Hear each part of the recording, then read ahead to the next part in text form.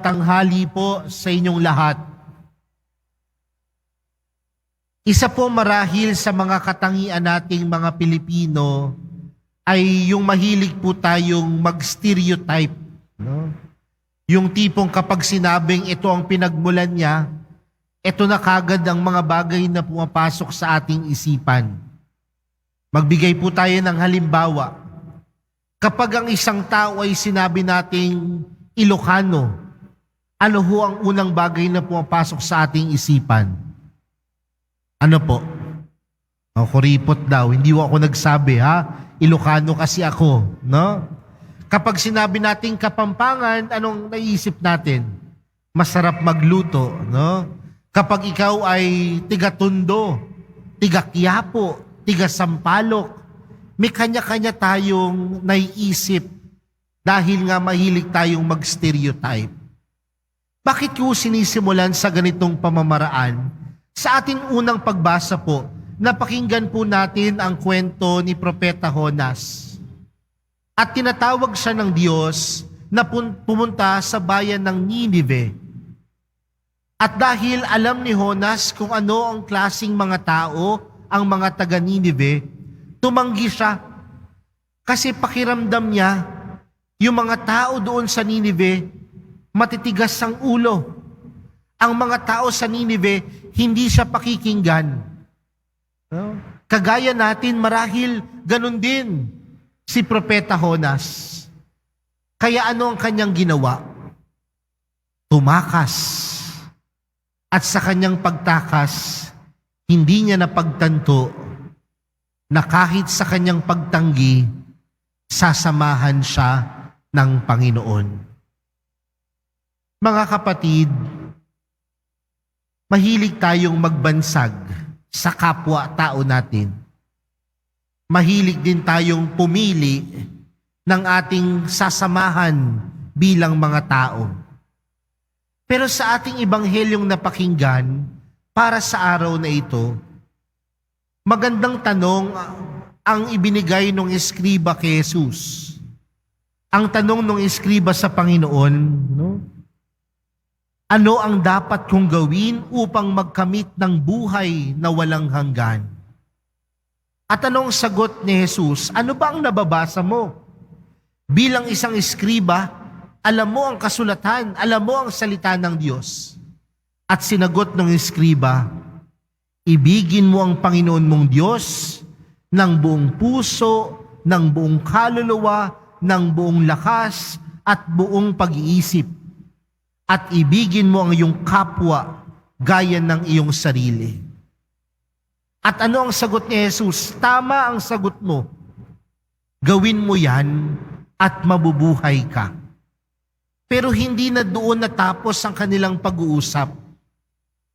Dahil nagtanong muli ang eskriba, sino po ang aking kapwa? Who is my neighbor? At paano sinagot ni Jesus yung eskriba? Nagkwento siya ng isang talinghaga. At ano ang kinuwento ng talinghaga ng Panginoon? Na merong isang taong binugbog ng magnanakaw at iniwan sa daanan. At itong nabugbog na ito, may nakakita sa kanya. Sino ang unang nakakita? Saserdote. Pangalawa, no? Levita. Mga taong relihiyoso at relihiyosa. Mga taong nasa loob at naglilingkod sa Diyos.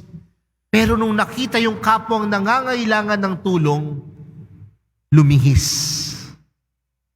Pero sino yung tumulong? Isang Samaritanang naglalakbay. At sino ho ang mga Samaritano sa mata ng mga Hudyo? Walang pananampalataya, hindi naniniwala sa Diyos. Kaya nga ang tanong ni Jesus, sino ang nagpakita ng pakikipagkapwa-tao sa tatlo? At ang sagot nila, yung Samaritano. Sino ba ang ating kapwa? Yung kapwa lang ba yung nakakapalagayan mo ng loob? Yung kapwa mo lang ba ay yung kaibigan mong maituturing? Yung kapwa mo lang ba yung mga taong nahihingan mo lamang ng tulong?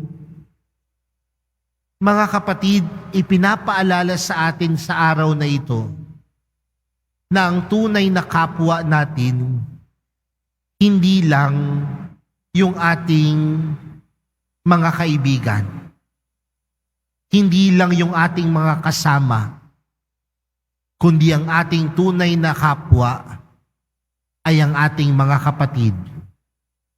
Dahil ang ating mga kapatid ay yung mga taong tunay nating minamahal. Kapag sinabing ikaw ay kapwa nangangahulugan, minamahal kita. When you are being called as a neighbor, you are being loved by someone. At yun ang pinapaalala sa atin ng Panginoon, na hindi lang tayo basta magkakaibigan, hindi lang tayo basta magkakasama, bagkus ang bawat isa sa atin ay kapwa.